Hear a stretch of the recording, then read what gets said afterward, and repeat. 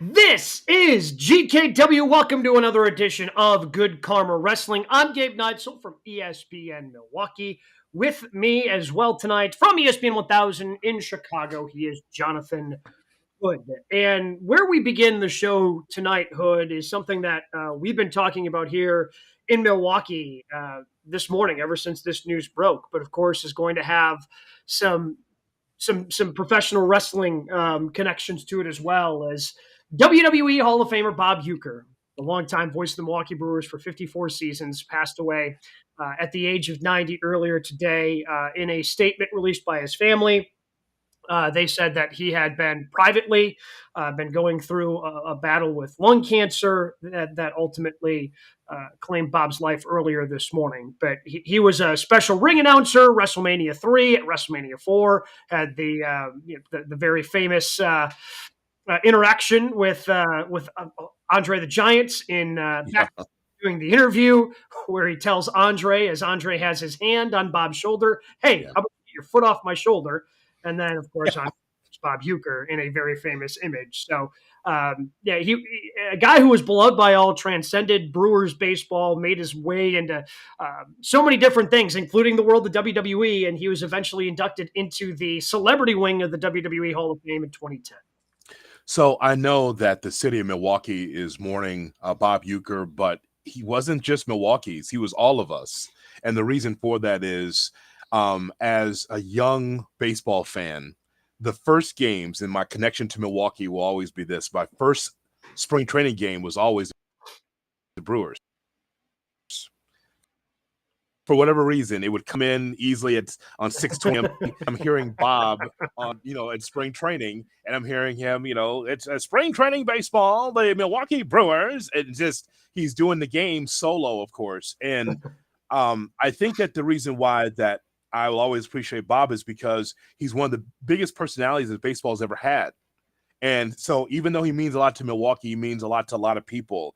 This guy here was on Miller Lite commercials, and he did TV shows and movies, and a frequent guest on the Tonight Show with Johnny Carson. If the Brewers are in New York, 100 times. You can tell 100 times. If the Brewers are in New York, Bob was going to be on that couch. One of the great jokes, as he sat there on the couch, and Johnny said, "Bob, tell us one of your career highlights." And of course, the joke is that Bob was not a very good baseball player, but he enjoyed telling those stories. He said, "Well, my career highlights is that, I was in Philadelphia and a fan fell out of the stands from the upper deck, and I also ran out of rundown in Atlanta." Just the way, just his sardonic humor of just talking about tragedy versus success, as a baseball player, but the quick wit and the national acclaim for Bob Uecker, yes, means a lot to the city of Milwaukee as a longtime voice, doing it solo for many years and bringing in partners. And so many of the partners that he did work with went on to greatness and going on to get other gigs. So Bob will always be remembered, not just for Milwaukee, but for wrestling fans and people that enjoyed his comedy and his personality. Yeah, I know. Triple H, among those in the professional wrestling world, tweeting out after the announcement was made this morning. But, like you said, he transcended so many different things. He had a very strong relationship with Bob Costas. Al Michaels has great stories. But, again, it transcends even into the comedy world, when everybody in that time frame was looking for that kind of nod of approval in the comedy world from Johnny Carson. Bob Uecker had it. Bob Uecker had that from Johnny Carson, and then he struck up with great relationships with comedians like Norm Macdonald, who is no longer with us as well. But that's Norm telling a bunch of Bob Uecker stories. I've seen those all over my social media timelines today. But somebody who, and he did he enjoyed professional wrestling. He would still go to shows from time to time when WWE would be in town in Milwaukee, and he is going to be sorely missed. Like you said, not just by the city of Milwaukee, but baseball fans and just entertainment fans all around the world. He was something, man. He'd still come up when he was on the road to White Sox games because his good friend Hawk Harrelson was doing games as well. Mm-hmm. And Bob would leave the radio booth and come to the Sox TV booth just to tell old stories, because Hawk and Bob knew each other for so many years. So I I just thought that it was appropriate to be able to give a WWE Hall of Famer his flowers because he deserves top billing. Bob was great, and he'll always be remembered. Yeah, Bob Uecker passing away at the age of 90. But we do have other business we need to get to here on GKW today in the world of professional wrestling. And where we begin today is with the debut of WWE's newest star. And that, of course, is somebody we're all familiar with. As Penta made his debut in WWE, not only did he end up having his matches against Chad Gable, also got a segment where he was able to cut a promo. So the question is, Hoodie, what is the ceiling for Penta in WWE? Well, I think that this guy could be a United States or Intercontinental champion, Gabe. I just think that he has that kind of acclaim. Like, he and his brother are a great act, but that Penta himself is a tremendous wrestler, and he showed that against Chad Gable. Honest to goodness, that match was better than I thought it was going to be, because that easily could have been, here's the debut of Penta. It's a squash, 5 minutes, but in this Netflix era, it ended up being a match that we're going to remember in 2025. We got to bookmark that because Penta comes in and, it's a struggle back and forth between Gable. It shows you how strong Gable is, but just look how I want to give Gable his flowers too, because Gable has wrestled Penta before, as far as you and I are able to wrestle Penta. And then I thought it would be an IC or a point. Yeah, so I guess that's the question. What do we hold? What do we think is higher? Is it that middle tier, that mid card title, either IC or US title, or tag team championships? Because once his brother gets there, like him and Ray Phoenix, which again we're all assuming Ray Phoenix eventually ends up in WWE. Like I could easily see them having a long run as tag team champions, but. Mm-hmm. That's the one thing with Penta. Like Penta he's had a long run at different times as a singles performer. Like that was the big match for Chris Jericho when Jericho first wrestled outside of WWE. He did a New Japan, and then Penta had a match at All In Chicago, the first ever All Out, first All Out in Chicago. Where it was the indie show at that point. AEW wasn't even a thing, and then Jericho shows up to promote the match with Penta that he has coming up for New Japan. So that was, Penta had a long run in New Japan, didn't really have that singles run in AEW. Everything was either trios or tag team for the most part, a couple of singles matches here and there. But he can certainly be a mid-tier, a mid-card champion. I don't see him ever elevating at this point in his career because he is a little bit older. I don't see him elevating ever to WWE or World Heavyweight Championship. Like I don't think he's ever going to achieve that in WWE. But I am curious what happens here. Like I don't know where he goes in WWE. I'm excited for it. Well, I'm hoping that Hunter has a plan for him. But just take a look at somebody else who who recently left AEW and came to WWE. What have we seen out of Andrade? He's wrestled Mello about 1,000 times over on SmackDown, but that's about it. They haven't had a real direction for him over on SmackDown. So I'm hoping that doesn't happen to Penta. But I don't know if they're going to have him tread water, waiting for who knows when Ray Phoenix is going to be able to come. I don't know what truly the plan is for Penta. Although they gave him a huge debut and a huge opportunity on Netflix on Monday. Yeah, I think Intercontinental Championship or U.S. Championship I think that is proper for Penta. Look, here's the thing you're going to know. You're going to have great matches from Penta. But the thing is that the charisma that we've seen from him in AEW, it transfers to WWE. And by the way, the WWE didn't hide it. Did you notice that before the match that day that the merch was already out on WWE.com? It was all of the merchandise is already out. Now, let me tell you something. If this is AEW, we would be killing AEW for putting the cart before the horse, putting the merch out before the wrestler actually arrives. But WWE says, okay, we're going to let people know. You may not know who Penta is, but here's his merchandise. And when you see him, you're going to want to buy this. But I thought that was interesting. I thought that was a good idea. When he came down to the ring. I thought that was a good idea, Hood, with because Penta is known worldwide, but also like some WWE fans are completely unaware of like CM Punk's issues within AEW, right? Like a lot of WWE fans don't necessarily know what's going on in AEW. So Penta is a special talent, but maybe you don't know who he is because you don't follow New Japan Pro Wrestling. You don't follow AEW. So to get out in front of it, say in the Netflix debut, hey, Penta's coming next week. And then you build that up. Then if you don't know who Penta is, like maybe you saw Penta, you're like, oh, okay, that looks kind of cool. Oh, maybe I'll look up Penta and you just Google him. And then you can watch matches or you can read up on him. You can do all these different things. And then when he makes his debut, it ends up being this big thing.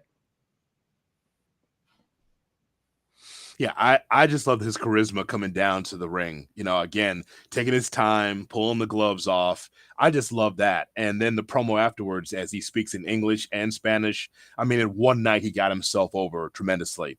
Of course, WWE didn't like the length of that promo. Thought it was a little long. Had to shorten some matches along the way. But it's the Netflix era. Anybody can do whatever you'd like.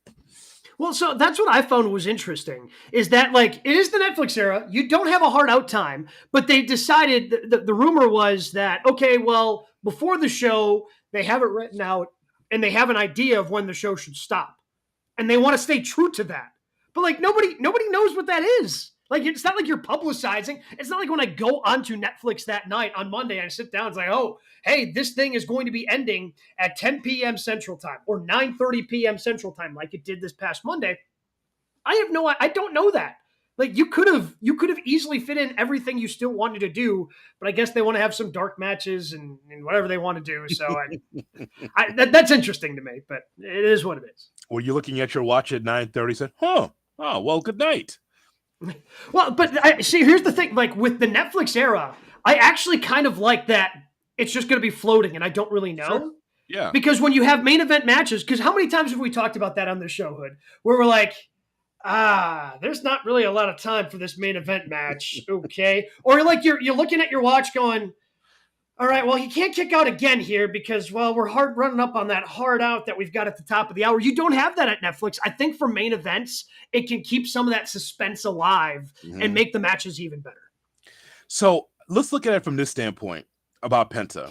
So as much as people respect Rey Mysterio, we know that he is chief luchador. He's number one, but you know that the end is coming at some point, man. Like, and by the way, it doesn't mean that he's slowing down at all. He still is very popular. He still can get it done in the ring. But at some point, Gabe, you have to start winding down Rey Mysterio, where it's like, Rey, I don't know if you're going to have a final match with your son. I don't know if your son will be a baby face so you guys can team together before you retire. I don't know what it is, but you know that the WWE needs to be able to have more Latino superstars. It's important because of how they travel, the places that they go. So Penta, I think, is one of the key cogs in trying to find quality Latino superstars that he can put into the machine. You mentioned about Andrade, and you're right, Andrade can go, but there's a ceiling to his success. Maybe Penta could be able to get over that and get over the hump there in WWE because after Rey, you're going to need some guys. And maybe it's Dom, but I think it's going to have to be a lot more, I think, moving forward in 2025. Oh, yeah. And again, I think Penta can certainly be that guy. He can stand on his own 2 feet as a singles performer, without a doubt. And I hope that they have some sort of plan for him. But again, I worry that with all these other things going on, throwing him suddenly into this mix, like, because we're going to dive into how many guys can win the Royal Rumble coming up shortly. And like all the big names are in the Royal Rumble already. Like they've declared there's no mystery of who's going to be in, who's going to be out. Like they have so many other big things going on. I think it's easy to get lost in the shuffle. And that's, we again, this is more of a news and notes thing, but I'll bring it up right now as well. Like they're talking, Malachi Black is done in AEW and his contract's going to be wrapping up soon. There's some drama around that, but all reports seem like it's going to be wrapping up soon. And Hunter views, Malachi Black as this, oh man, he is a big superstar. And he'll make his debut in WWE. And, oh man, how do you let this guy go if you're AEW? And then I can see Malachi Black getting lost in the shuffle just like he did the previous time. Like there's a reason some of these guys went from WWE to AEW to begin with. And as much as I like Malachi, like I don't see him necessarily fitting into what's going on in WWE. And as much as I like Penta, as much as I like some of these other guys that are making the jump from AEW to WWE, not everybody can do that. It's already a pretty stacked roster in WWE on Raw and SmackDown. There's only so much TV time for everybody to go around. Well, someone's got to fill the bill on WWE speed. Well, it's not Corey Graves. Well, that's also part of news and notes. Absolutely. Alex Acevedo says that Penta deserves it. He says, I've been watching him live at 115 Bourbon Street. That is it is a bar, but also a place where you can watch wrestling and concerts, 115 Bourbon Street in Marionette Park, Illinois. For 9 years, he said 9 years ago against his brother, and what a great performer! Yeah, in AEW, I mean, and you've seen them perform live. They usually get some of the biggest pops, if not the biggest pop, when they both came down. They play the music, and you get the Mexican flags out, and people respect those two because you know you're going to get a great show. Oh, I think the best match I've seen live and in person might be their cage match in Chicago in 2021 against the Young Bucks. Like that might have been the best match. It's if it's not the best, it's towards the top.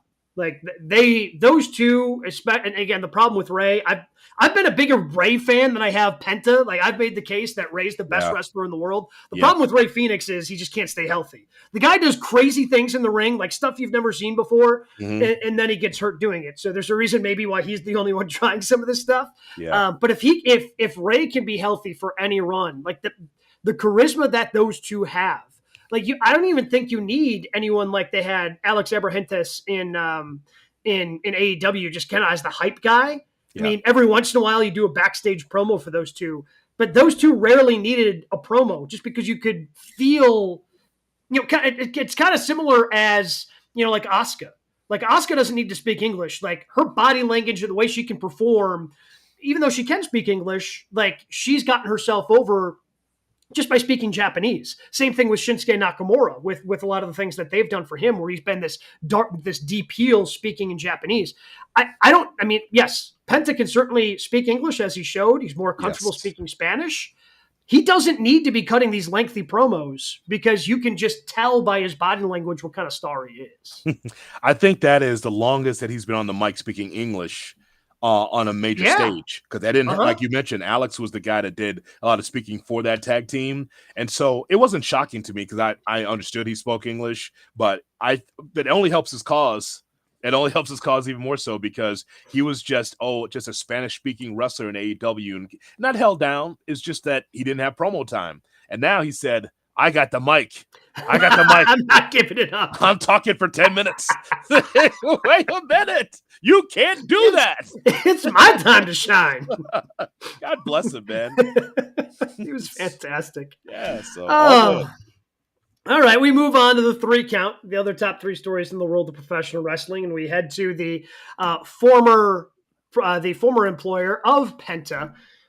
Kind of a slog right now over in AEW. Hood, yes, there are some good things. Like I will not say that everything is bad because I am immensely enjoying what I am seeing out of Toni Storm. Most of the things they're doing right now, actually in the women's division, I enjoy. Whether that's Hot Girl Graps from Collision on Saturday night, which was hilarious with Harley Cameron. Yes. Going up against Mariah May. The story that they've got with Toni Storm, Mercedes Moné starting to come into her own in AEW as well. Like I think a lot of those things are working. On the men's side, though, it feels a little bit more sluggish. What's the biggest issue that you would fix right now in AEW? I just think it's continuity. And first of all, the overarching point of all of this is continue to realize that you are a challenger brand, that you're not against anybody. You're not really against WWE head to head. You have to be able to battle your own inner demons as a company and get better. I think that a best step forward is on Wednesday night in Cincinnati. People were shitting on AEW and they saw WrestleTix and said, oh, they only drew 1,500 people. Yeah, but it was a sellout though. And I think that this has to be able that was a cool arena, by the way. I love the way that was set up. AEW does a great job with the unique venue. They did this in Dallas. They've done this in a couple of places. Obviously, in Jacksonville, where they are, Daly's Place is a very unique venue. But just a quick history lesson about the business. This will be very brief. Smaller venues have always been the thing for TV for a long time before the Monday Night Wars. the Monday Night Wars, you got WCW, you got WWF, and they're trying to be in all of the big buildings because they're going head to head because they're hot-shotting. They're going to be in 20,000 seat buildings, 17,000 seat buildings. But before the Monday Night Wars, TV was just set up so you can get people to come to the house shows or set up the pay-per-views. It didn't matter how big the crowd was. Now, the key is for AEW, Gabe, is that I don't mind you being in a 1,500 seat arena. It's cool. It gets loud. Just fill the seats. That's all. Doesn't matter. I mean, 500 people, doesn't matter. Just fill them. That's all. And so that's what it comes down to me. So it's about continuity and also understanding. Like, here's a big thing, and let me be the first to bring it up on the show. Continuity, right? So you can only use this card once, and that is the veteran card. How do you get a young talent over or someone you want to get over? Use a veteran in the back. Jeff Jarrett against MJF is a head scratcher to me because it's like Jeff Jarrett. So the whole story is Jeff is going to have one more year in AEW. So you take on MJF. So when MJF beats Jeff Jarrett, that doesn't elevate MJF. He's already over. But you did it not once, but twice in the same cycle. Why is Christopher Daniels taking on Hangman Page? Why is he doing that? I respect CD. I spent a lot of money in the indies in an ROH watching Christopher Daniels. But if you're going to do that card once, and we've seen it for years, Gabe, use a veteran to get someone over. Why do it twice on the same show with CD and Hangman Page? See what I mean about continuity? Those are the things they got to work through, I think. I think they need to have the courage to see some of this stuff through.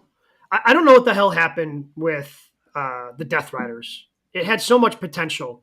And now they're in a 12-man bleeping tag match with Chris Jericho. Like, Chris Jericho is the exact thing that you were trailblazing against when this whole thing started. And now you're tagging with him?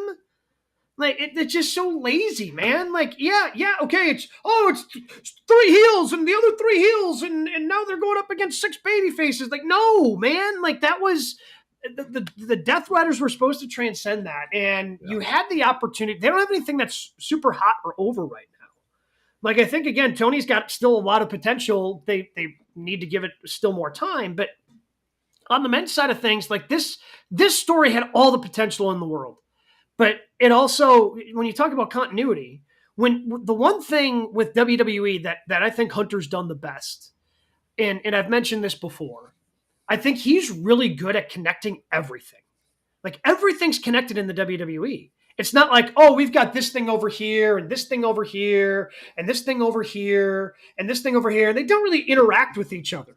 I mean, it gets messy. They start blurring lines like we saw, and I know Browitz wasn't happy about it, but the fact that, like, because Sami Zayn was walking into Adam Pearce's office on Monday night as Karrion Kross and Miz are standing there, like, oh, so now there's bloodline mixing in with whatever the name of their faction is. But nothing, like, in AEW, those things would be like completely separated and never be allowed to touch. And when you're trying to do a story like you tried to do with the Death Riders of, hey, this place needs to change. This place used to stand for something. Like, you can't put that in the corner. It has to have a through line throughout the entire show.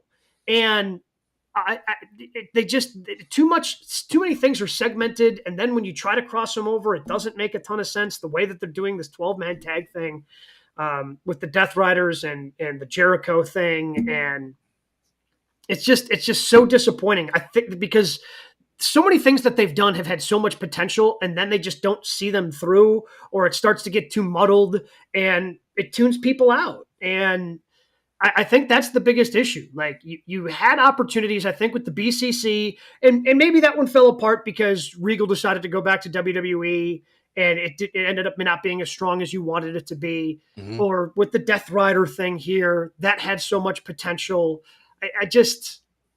They don't see things through, and it's really disappointing for me. No, you're right. You're 100% right. You cannot get over as a company and last for a long time unless your stories and your rosters are right. That's what it comes down to. It comes down to your stories. It comes down to your digital footprint and your YouTube. You know, the one thing about AEW is that they've got their max deal, so they're not going to close the doors anytime soon. They're fine. They got TV, and they've got a big roster of wrestlers. But the bottom line is, if you want to be able to, expand what you already have as a company, get more people under the tent, You have to be able to have stories. Some of the things that's great, but also frustrating about watching movies with my wife is that she could see the loophole coming before I could see it. Like I like a quiet room when we're watching a movie. We don't need to Sure. have a conversation about every little thing. I've taught her that over the years. But the thing is, Gabe, is that she will point something out and go, "What about this? And what about this?" And I'm like, you know what? You're right. I said, you should be like, after a movie, when they go through all the credits, you should be the continuity director of a movie and say, wait, I see what we have out here, but we got to fill in this gap before we can put the movie out for public consumption. So she's always right about that because she sees it before I see it. Same thing with AEW.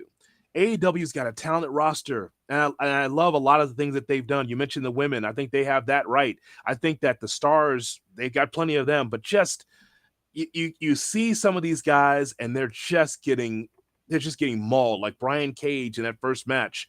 And bring in someone that's never saw wrestling before, sit him on the couch and say, who do you think the world champion is? The guy with the muscles? Nope, he's gonna lose. Right? That's Powerhouse Hobbs? Nah, he's taking the pin too. Sorry, pal. Yeah. I mean, there's always going to be things that are good and bad about every wrestling show we watch. But AEW, on the positive end, production's better, telling more stories, love the vignettes. I think they're doing a better job of trying to bring more people into the tent. But then the bell rings in some of these matches, and it's kind of like, hey, man, if I see him for a week, do you mean I'm not going to see him for another month? You can't book your wrestling like UFC and boxing. I know he wants to and have super bouts, but this ain't all Japan, pal. This is AEW. Yeah, it's just so disappointing the way a lot of that stuff just kind of ends up working out. And yeah, it's to the point where I can't wait for Mox to drop the title. Like, I hope he drops it to, like, I can't wait for it. Like, I'm done with this story. Like, I'm just completely done with it. Like, but you're a Mox guy. Wow. I am a Mox guy. I love Mox. I'm done with the story. They killed it. Like, the second on Collision that they all ran out and decided, yeah, we're going to team with, all right, this thing is actually no potential. They're not going to save it because they're just going to pair up with anybody who's anybody. Like, if you want people to be working for something, like, Jericho's not it, man. Like, that's not, like, Jericho's not the one who's it just doesn't make any sense. And like you said, the continuity of the whole thing just doesn't really make a lot of sense. You've got so many young talent. You've got so much other talent you could be elevating on that roster, like you said. And still we're getting Christopher Daniels. We're getting Jeff Jarrett. And here's the thing. Like, if they would have gone the other way with Jarrett and had him team up with MJF, okay, maybe I'm intrigued. But, like, Jeff Jarrett versus MJF in the year of our Lord 2025, like, that doesn't do anything for me. Like, I appreciate the carny that is Jeff Jarrett, but that was a struggle in that promo. That was a bad promo. He has never cut. He says that he was MJF. Brother, I saw you in WWF and WCW and USWA and Memphis and all the places that he's been. New Japan. Gabe, he never did promos like that outside of the kind of work shoot thing of, hey, Vince McMahon, I came from WCW and now I'm back in WWF and now you got to pay me. Outside of that, he's never cut anyone up like that. He had to really stretch to use swear words because I know he's a Christian now. He had to really stretch to try to even come in the same stratosphere as MJF. And I'm like, and MJF's just standing in the corner just watching. And I said, oh boy, this is a struggle for the veteran. It really is. Like, yeah, I just don't know what does that do for anybody? Like, it makes Jarrett look worse. Like, it drags MJF down. Like, that's your longest reigning champion of all time. Like, he doesn't need. Like, what kind of rub is Jeff Jarrett offering in 2025 anyway? Well, right. That's why, and that's why it doesn't make sense. Now, CD, like Christopher Daniels, it'll be a fine match, but I know Christopher Daniels has slowed down and really part-time wrestler. Hangman Page is on the ascend. Why does he need to take on Christopher Daniels? Why do you need that pit stop? So I mean, outside of the good that we see from a lot of the wrestlers and especially the women's division, there's always this slop too. And that's why they've got to make it connect somehow for 2025. And it's not about beating WWE. You're not doing that. But you just have to be aesthetically pleasing for your fans to grow your base because you're on Big Boy Max now. You're not doing super bouts. It's got to be stories that people can follow every week. Mm-hmm. Yeah. Again, Max can be huge for them because you're just flipping around like, oh, I need to catch up on whatever, House of Dragon. Yeah. Oh, there's a wrestling show. Oh, let's just check that out. Maybe we check that. And having the accessibility of being on an app like that can be huge, especially if they start to get the product right and maybe get it back to where they were, pre-pandemic and right around the pandemic coming out of it as well. Yeah. We move on because, as I mentioned before, everybody, Hood, have you declared for the Rumble yet? I have not. Did I miss that? Okay, all right, you haven't. Okay, maybe Hood will declare for the Royal Rumble later this show. I don't know, but we have had John Cena declare for the Royal Rumble. We have had Roman Reigns declare. Well, he didn't declare. Paul Heyman declared for him, but Roman Reigns declaring for the Royal Rumble. We had CM Punk declare for the Royal Rumble. We had Seth Rollins declare for the Royal Rumble. We had Drew McIntyre declare for the Royal Rumble. That is some massive star power, Hoodie, that is going to be represented in the Royal Rumble, which is still just a couple of weeks away in Indianapolis on February 1st. So how many guys can you make a case to win the Royal Rumble right now? All right.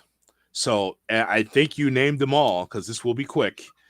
2, 4, 5, at least 6 people could win the Royal Rumble. And they're big names, bigger names than we've had in the past, actually. Think about it. Roman Reigns is going to be in the Royal Rumble. And there is a possibility. You have 3 choices when it comes to Cody Rhodes. Do you want to see Cody Roman 3? Do you want to see Cody Rock? Or do you want to see Cody against CM Punk? So there's some choices there. And I just think the Roman Reigns being in there, man, I think that I can make a case for him winning the Royal Rumble. But then you think about the CM Punk favor. Does CM Punk step in front of Roman Reigns if he wins the Rumble? I don't know. It gets kind of murky in some points, doesn't it? Well, it does because when I start thinking about WrestleMania, I think what is the biggest match that they can put on? And the biggest match that they could put on, Rock squashed by giving Cody Rhodes his flowers on the opening Netflix. And I don't think we're going to see that. And I honestly do not believe we're going to see Rock at WrestleMania this year. Just doesn't really seem like it the way that, he showed up for that Raw Netflix, the way he showed up for the CW. It just doesn't look like WrestleMania is going to work out in his plans. So honestly, the next biggest match they can do is Roman versus Punk. And Roman versus Punk only makes sense if it's for a championship. Correct. Because those two just fighting for not a championship doesn't make sense for either of their characters. So this is the inner debate that I'm having. Like, is there any way that Cody drops the belt before Mania? Probably not. But it also doesn't make sense for anybody to win the Royal Rumble and not call out anybody but Cody Rhodes. So I don't know where I'm at. I mean, a number of these guys can win. But I don't think we get Roman Cody 3. I don't think we do that for a third year in a row. Like maybe we get 3 other time down the road. I don't know if we want to do it for a third year in a row. So does that mean it's going to be Cena? Because Cody Cena's been rumored and that's I don't know if I'm thrilled about Cena winning the Royal Rumble, although I think Hunter might be able to tell a compelling story of, well, it's still been how many ever days since Cena's won a one-on-one match. Yeah, he won the Royal Rumble, can throw guys over the top rope, but can he beat somebody and pin their shoulders down to the mat 1, 2, 3? Maybe that's something you can do on the road to WrestleMania. But right now, I'm kind of leaning towards Cena just because I think that makes the most sense for Cody. And I don't think Cody's going to drop the belt before Mania. Well, then if Cena's going to lose to Cody, then we can wrap up his story in April. Give him his rocking chair, give him the Jeter retirement, and so long, everybody. Because you don't need all of 2025. But here's the thing. I think he will have a title match. It just won't be at WrestleMania. I don't know, because here's the thing. As much as I would love to see Cena and Cody, think about that promo battle, right? Think about it. When Cody is inspired, boy, he brings up the memories of Dusty Rhodes. He brings up his dad, just the way he does his promo. Like him and Kevin Owens, the promo battle, he gets it from his loins, man, and just comes up and gives you a strong promo.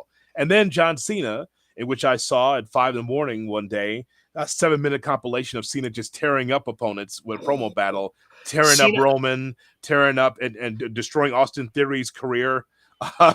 And so many others. So, I mean, that promo battle between those two could be amazing.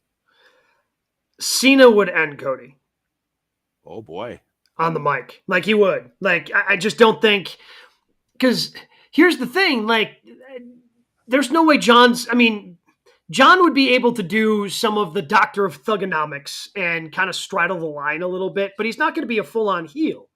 So, like, the best promo work we've seen out of Cody recently has been because in his mind, because I still believe Kevin is right, in his mind, Kevin's gone too far, right? Like Kevin's done all these things and whatever, and that's inspired him to dig deep and be frustrated and upset and angry with somebody who is his former friend and has turned into this heel and turned into this bad guy. Like Cody wasn't doing his great promo work when he was going up against AJ Styles or the first time he was going up against Kevin Owens when he's like begging KO to take a championship opportunity, right? Like he needs that strong heel foil, and that's not what Cena is.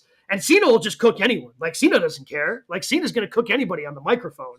So that's where Cody, I think, could get in trouble if we're talking about a promo battle. I think Cena ends up just cooking him on a microphone. Let me ask you. So which way would the crowd go? Cena or Rhodes? What do you think? Because you got two baby faces, white meat baby faces. I think Cena. Wow, booing. Because the crowd's not necessarily turning on Cody here, but there's probably more people cheering for Kevin Owens than WWE wants. There's probably more people who actually believe that Kevin is right and is siding with Kevin. This show does. Oh yeah, I mean this show does. But there's like when they did that Netflix event and like he was getting cheers when he showed up with the Winged Eagle belt when KO did, and everyone was kind of cheering him like, ooh. This got some potential to maybe go away. WWE doesn't want, and Cody's certainly still getting those cheers. So I don't want to say the crowd is turning on Cody because they're not. They're just more people who are siding with Kevin Owens right now and going, Kevin's got some interesting points. Maybe you think he's got some literature? He's got some literature I can go grab on my way out and maybe just kind of read and further think about, some of the points that KO. Yes, exactly. Yeah, a pamphlet. Yeah. More junk mail that came into the Hood household today. I'm glad we could use it as a prop during GKW. That's what I do. You understand that's what I do, right? Yep. I'm just here for jazz hands, bread and circuses, a little fun, and then we wait until next Thursday for more fun. That's what we do. That's exactly what we do. So because I think the way we're doing this is the right way, Gabe, because since we're looking at Royal Rumble, we're just looking for the best matchup for WrestleMania. So we mentioned Cena. And so we mentioned Roman Reigns. What about CM Punk, who wants to be in the main event at WrestleMania? Now that could be night 1 or night 2. We don't know. Now here's the thing. It's gotta be night 2. Like there's no way CM Punk is counting night 1 as a main event of WrestleMania. He's not doing it. But if you're at the last match at WrestleMania, night 1 is still the main event. It is. Ish. For that night, it is for the night. No, but it's not the main event. But it's not the main event of WrestleMania. Well, Punk is not in a program that deserves that and won't be by the time we get to WrestleMania. Think about it. What does? Okay, what does? What program do you think, right now would do that? Well, the Bloodline is the number one thing in the company. And somehow, some way, the Bloodline will be involved in the main event. Some just kind of solid match with Cody versus someone is not good enough because there's not enough heat to it.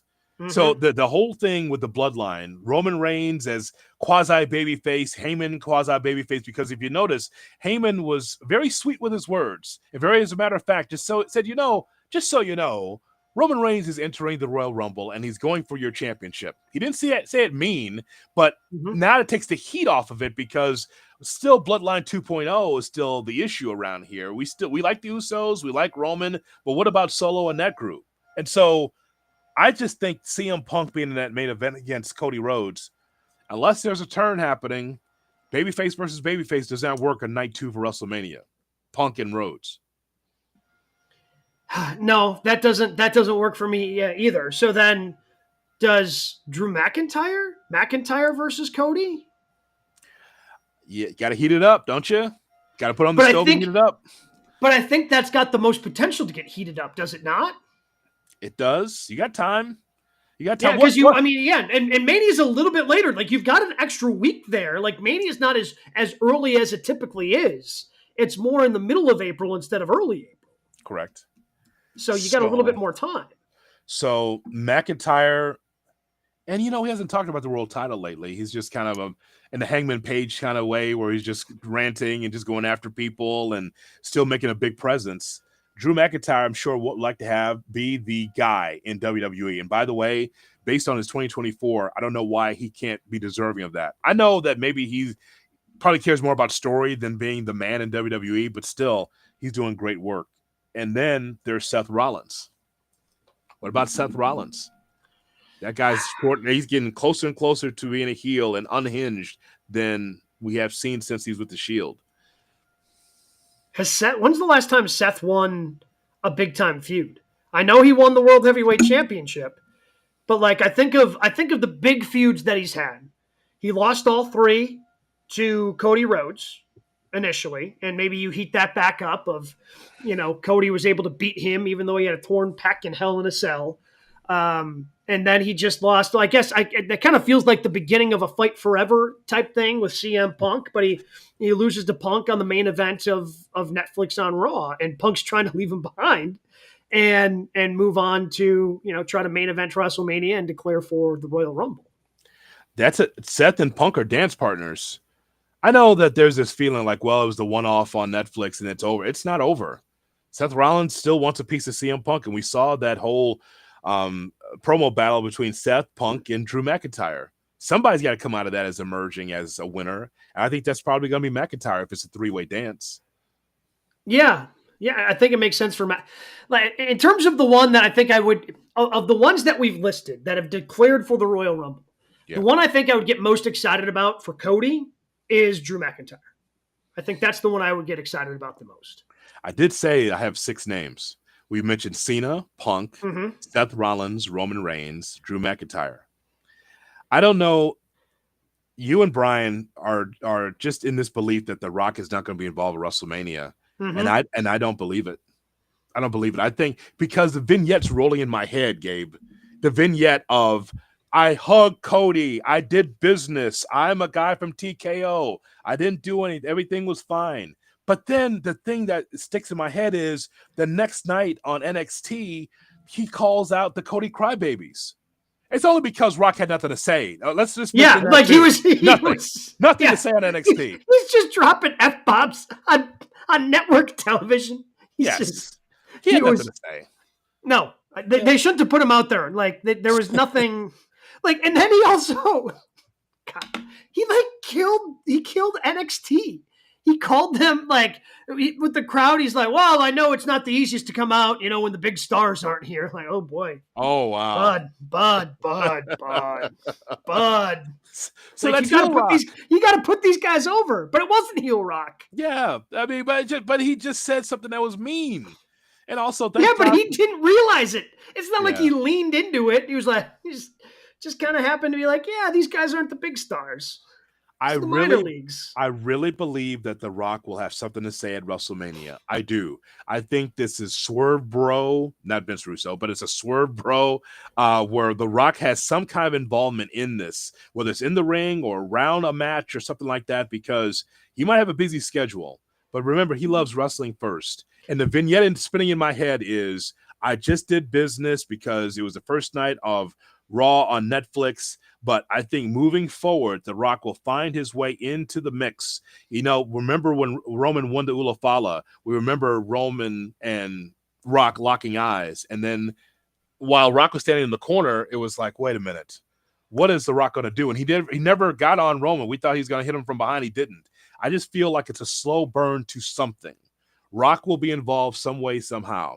Is he number 30 at Royal Rumble? Well, he's got to be in there for 3 minutes. Yeah, I mean, that would be the only thing that makes sense. Look, that would be a hell of a swerve, because in wrestling in 2025, it's hard to have surprises, right? Like, it's hard to be genuinely surprised. Everything gets spoiled on the internet or whatever in 2025. So to swerve so hard and for Hunter and Rock to come together and be like, hey, I'm going to go out there. I'm just going to make it seem like I'm love to be here. Shout out some Netflix executives to try to throw everybody off the scent and then be number 30. Maybe that's how you pull off that surprise, which would be spectacular if they did that. Unfortunately, I do not think that is the case. I got 6 guys in the yellow pad, and The Rock is a 5,000 to 1 shot to be able to win this thing. I don't have anyone else outside of that too. I don't think that they're heating somebody up to be able to be in that spot. It's got to be pretty much the front-facing people that we've seen. Yeah, that have already declared. Mm-hmm. All right, we've talked about him. John Cena has 30-some-odd dates that he has for WWE. Well, one less because he fulfilled that with his promo on Netflix to open up 2025. Who is a must-have opponent for John Cena on this final run with WWE? Now, before we talk about this question, I think I should ask this question. Gabe Neitzel, whoever John Cena faces, is he crushing that guy's dreams first? Like if it's someone that's hot and then he beats them, is he crushing them like he has in his career? Big match John? Or is he losing that? I don't know. It depends. I think it all depends. Like that's the fascinating part to me is because he hasn't won a singles match in so long. And like we all thought he was going to beat Solo. Like we all thought he was going to beat Solo. He didn't beat Solo. Like put Solo over. Didn't beat Austin Theory despite cooking him and ending his career on the mic leading into that match. So depending upon who it is, I don't think he has to win necessarily. I do think he's going to have an opportunity. I don't know if he'll get that 17th championship that'll ultimately break the, I guess, technically official, record for championships with Ric Flair. But I think he'll get an opportunity to do so. He'll win some matches along the way. But I don't know how long they're going to lean into this. Cena hasn't won a singles match in X amount of time. Because, I asked the question. So, say I throw out a match. I say John Cena should take on Sami Zayn. Now, Sami Zayn may win that match, but John Cena may get on a heater and starts winning all these matches until his final match, and then he loses. A la Bryan Danielson. That very well could be the case. Like Sami Zayn, that'd be a great match because I don't think we've ever seen Cena against Sami Zayn. I don't think so. We have. So John Cena against CM Punk. So everybody's that wants to lean into the Cena should go up against Orton because they faced each other 1,000 times, in the ruthless aggression era. Yeah. Oh, that's John Cena's biggest rival. That's false. Yeah. You know who John Cena's biggest rival was? Who's and his that? Best dance partner was? It was CM Punk. Yeah. Like John had his best matches with Punk. Like when they went through the summer of Punk, they had the match in Chicago. I think of that match. I think of the match that they had. It was just on a random Monday Night Raw.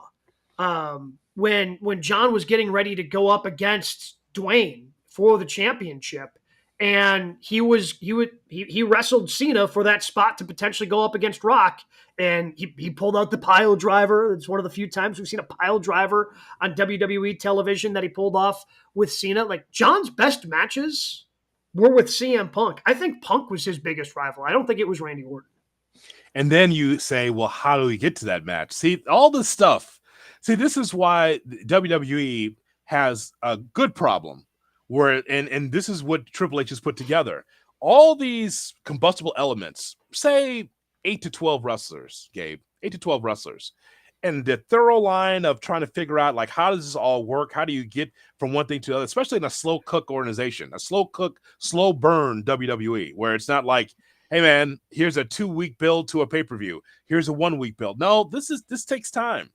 And I know we got a year to play with, but I hope that we see that match, Cena against Punk, one more time. I'd love that. Yeah. If we're gonna have a John Cena nostalgic match, Cena versus Punk is the one that makes the most sense. Have those two go back and forth on the microphone again, like that's something I would rather see than Cena versus Randy. Cena against Logan Paul. Sure. Let's go. Sure. Who goes over? I'd sign up for that. Who goes over? I think Cena. Are you sure? I don't know that. I guess. I suppose. I guess so. I feel like Logan Paul would want to have Cena go over. You think so? I do. I think he's got, because he understands the business better than people want to give him credit for. All right, Cena, Jake Paul. Let's see who wants to go. Cena's got to go over that one. Yeah, Cena's got to go over Jake. Cena's got to go over Jake. You know that if Cena's going to get his, 17th championship or whatever the hell it is, that it's not. I don't think it's going to be Cody, but it could be Gunther. That's a title. It is a championship, and it's of the world. Yep. Yeah. No. It certainly would count. It 100% would count. I'm just imagining John taking those chops from Gunther, going, "Why did I do this? I should have just stayed retired. Should have just cut a couple promos, gone to the WWE Hall of Fame, made a couple Peacemaker series, more seasons of that, and instead I'm just getting chopped down by this giant European, and my chest just looks like hamburger." I mean, he could win the championship, but he got to go out on the gurney. He's paying the price. Yeah. He's going to pay a price for it. The slow meat wagon as he goes to the back. I mean, that's what's going to happen, man. That's what it is. I mean, if you want, I want to see that match. I want to see that. I want to see Cena challenged against Gunther. But the question still stands though about some of these wrestlers that Cena would face in his last year. Is he good? Is he mowing through these guys? Because if you mow through these guys, then okay, you lost to a Hall of Famer, fine. But what does that mean for your standing in WWE? You know what I'm saying? Like, he destroyed Austin Theory's career. He did. Despite losing the match. Yes. And I don't know if that was the greatest creative for John Cena to say, if I beat you, you're cooked.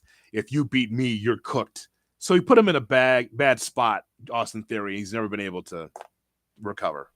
No, instead he's in a tag team called A-Town Down Under.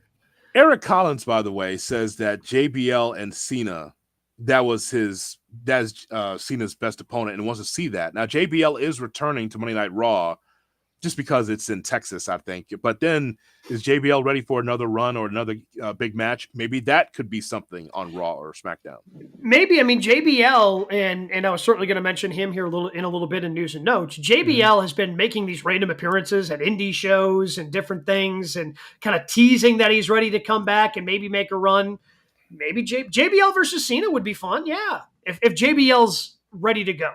It's been a long time since we've seen JBL in the ring. And you know, they did have some great matches. They did have some blood feud matches, Cena and JBL. So that could be something. And again, you know, he's got a year to play with. He's got veterans and he's got young wrestlers that he could face.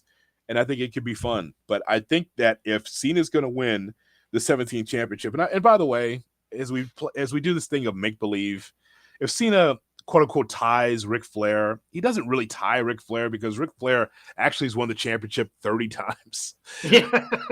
and Jerry Lawler 40 times. So you might be trying to quote unquote surpass Flair's record, but not really. No. Let's go ahead and get to news and notes. What do we got, bro? This is a big one. This is a big one from today where WWE and TNA, they made an announcement today saying that they're going to be continuing a multi-year partnership, and this is straight from the press release, aimed at creating unprecedented crossover opportunities within WWE and TNA programming for NXT superstars and TNA wrestling stars. So basically just kind of formalizing the agreement that they've had. We've seen Jordan Grace, of course, Joe Hendry make appearances on NXT television, and some NXT stars make some appearances over on TNA. So basically this, to me, Hood, was we're going to see Joe Hendry in the Royal Rumble. That's what today's announcement was. They should have had that. They should have had a headline, and then we could have moved on from there. Yeah. And Joe Hendry has declared for the Royal Rumble. Sure. I think that's what it should have been. It's what we've already known. The relationship that they've had is just now formalized in a press release, which is great.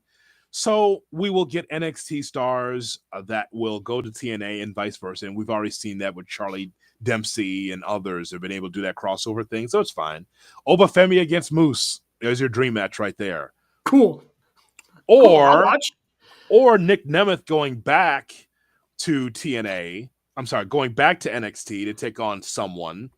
And I think, if I'm not mistaken, was he not in NXT for a minute? Was he NXT champion? He briefly was NXT champion. Like, he went down I can't remember who he was putting over, but he went down, won the championship, and put someone over. I can't remember who off the top of my head. I'm sure somebody will chime in on the chat here and refresh our memories. But yeah, this is to me something that makes plenty of sense. And again, it's just more of a formalized agreement as they make this announcement, and they're going to work together going forward. TNA won't die, brother. It won't die. No, it will not. Because I know you're probably wondering, like in the back of your mind, like why, right? It's because TNA's got good wrestlers. They just don't have enough U.S. acclaim television-wise. But internationally, they do well. And they're going to have some big crowds. Which is great. In 2024. But I know like the minority of U.S. fans are not watching enough of it. But the whole I can't. Like, I don't have access. I don't have access TV, so I can't be watching it. Yeah. But also, like, I want it to thrive. Like this, to me, that announcement's a good announcement for wrestling. If you are a fan of professional wrestling, and I know Matt Cardona was on the Ariel Helwani show, just kind of like pounding the drum of like, why the hell does everybody have to be so tribalistic when it comes to pro wrestling? Like AEW is great for pro wrestling. Like you should be wanting all these places to succeed because that just gives more opportunities for pro wrestlers and great pro wrestling stories. And that's what this announcement does to me. Like it strengthens TNA. Like, so yeah, that's great. That's great for the professional wrestling business. That's great if you're a pro wrestling fan. Like I don't want TNA to die. No, it just continues to live. It's great. They're thriving. And they're going to have a great 2025, sounds like. Sticking with WWE, Bad Bunny, who just wrapped up a new album, apparently that was released this week, making a case that he wants to be a full-time heel in WWE. He wants to have another match. Triple H tweeting out today that he had just listened to the latest Bad Bunny album, saying, hey, I'm here when you want to talk. This is going to happen. I don't know if it's going to be just another one-off. But look, I think we're all looking forward to whenever Bad Bunny has another match in WWE. I have a GoFundMe for you and your wife to go to Puerto Rico if that match happens. if we're gonna get Bad Bunny, say, against Logan Paul, which is what I want to see. Let's go. Yep. Yeah, sign me up. Do it in Puerto Rico. Sell it out. Take all of our money.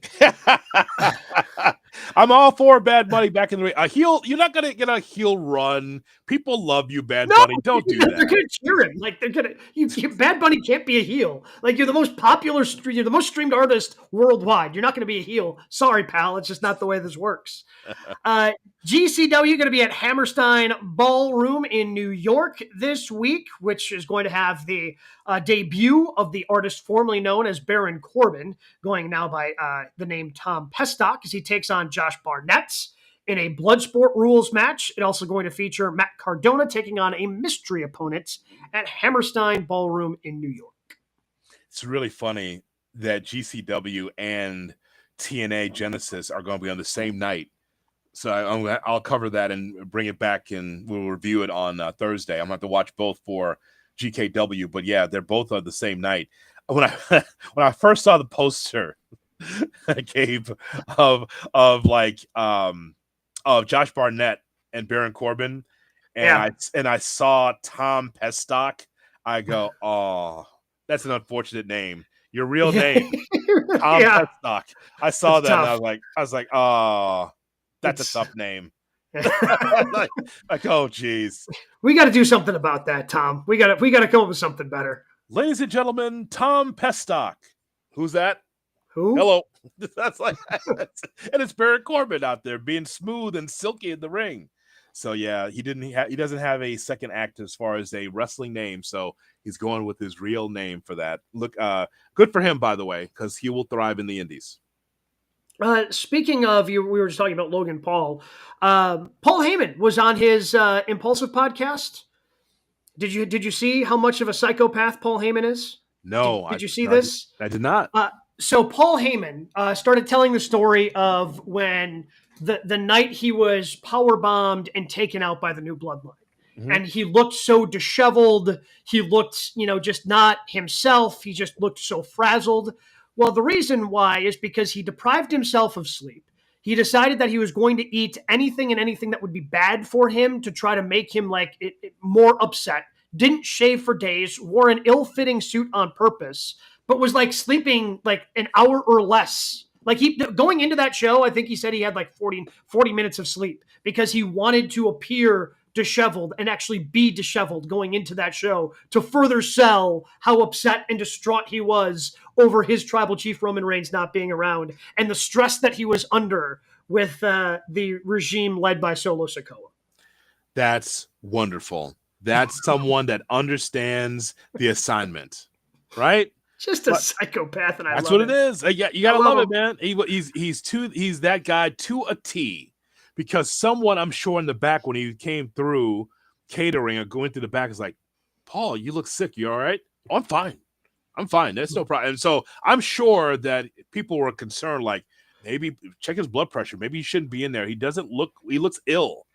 And it was great because everyone bought it. Look at his eyes. Look how he's looking. How slow he talked about great. Because usually because he dyes like his hair. Yeah. So he was like putting the stuff in there to have the dye come out. So more of the grays were shining through to make him look like more aged, more stressed. Like he thought of everything and just obviously nailed it because he's Paul Heyman. See, so he knows what the hell he's doing. So I think great job by Paul. He's crazy, but we love him. And finally, in news and notes, this has kind of been a big one all week.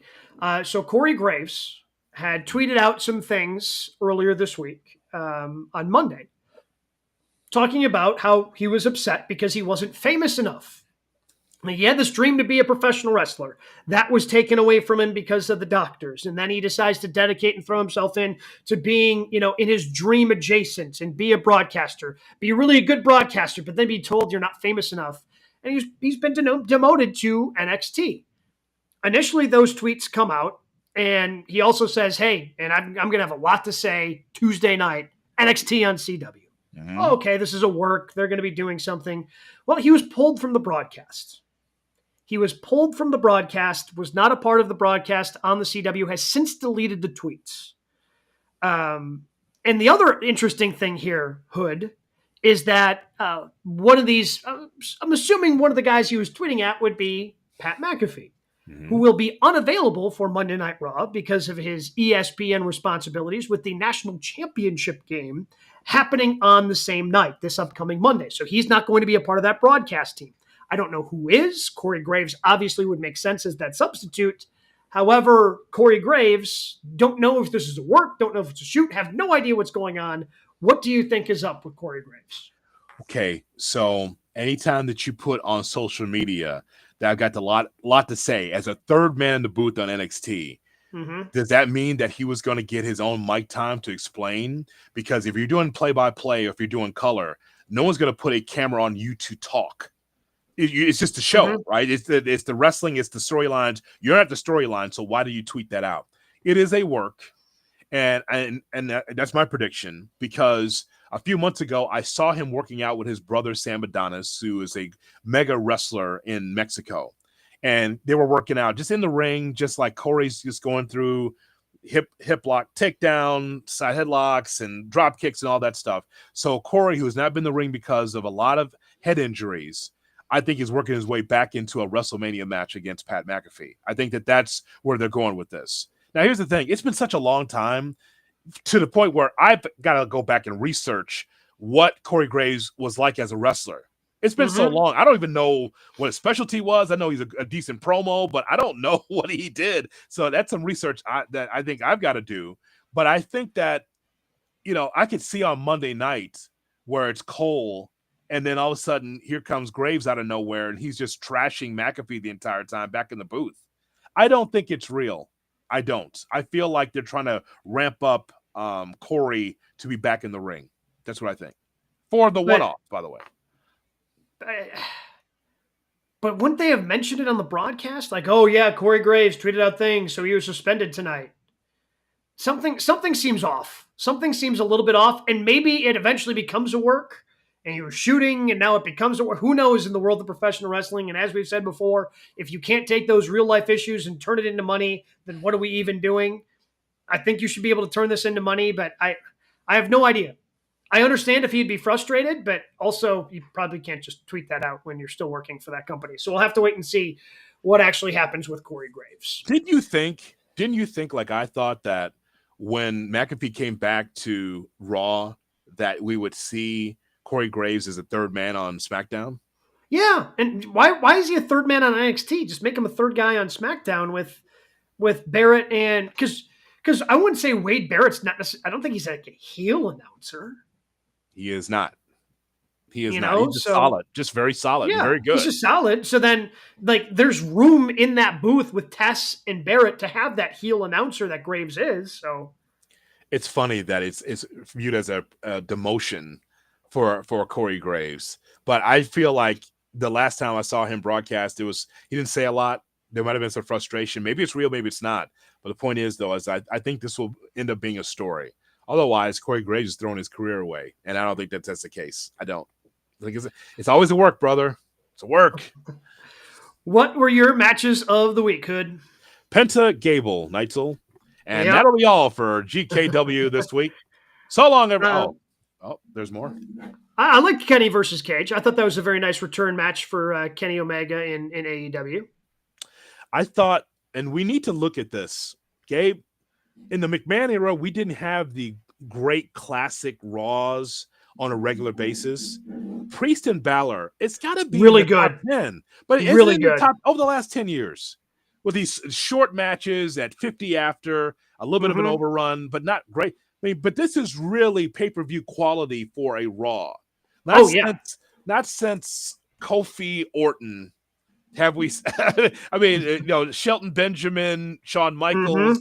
There's been like really quality matches on Raw, but for a Raw match, that's right. It's got to be in top tier, right? Yeah, I wrote it down. It was spectacular.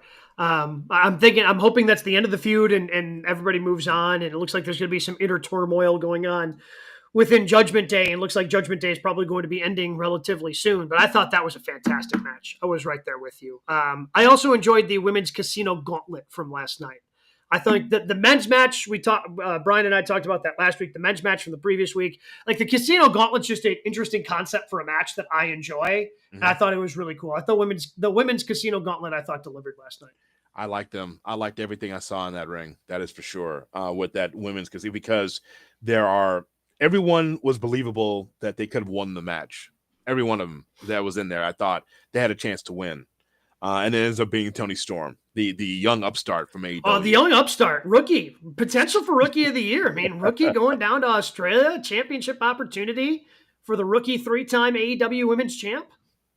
I know I was not on the show on Thursday because of my travel, but I did say on Busted Open on my Sunday show that I thought that Powerhouse Hobbs should have beat Moxley in 60 seconds to shake things up. I did.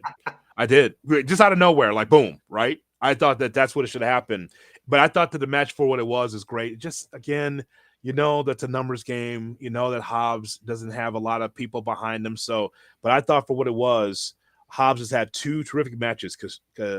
Katesh, he had the one match against Moxley, and then Takeshita. That's not how he said it.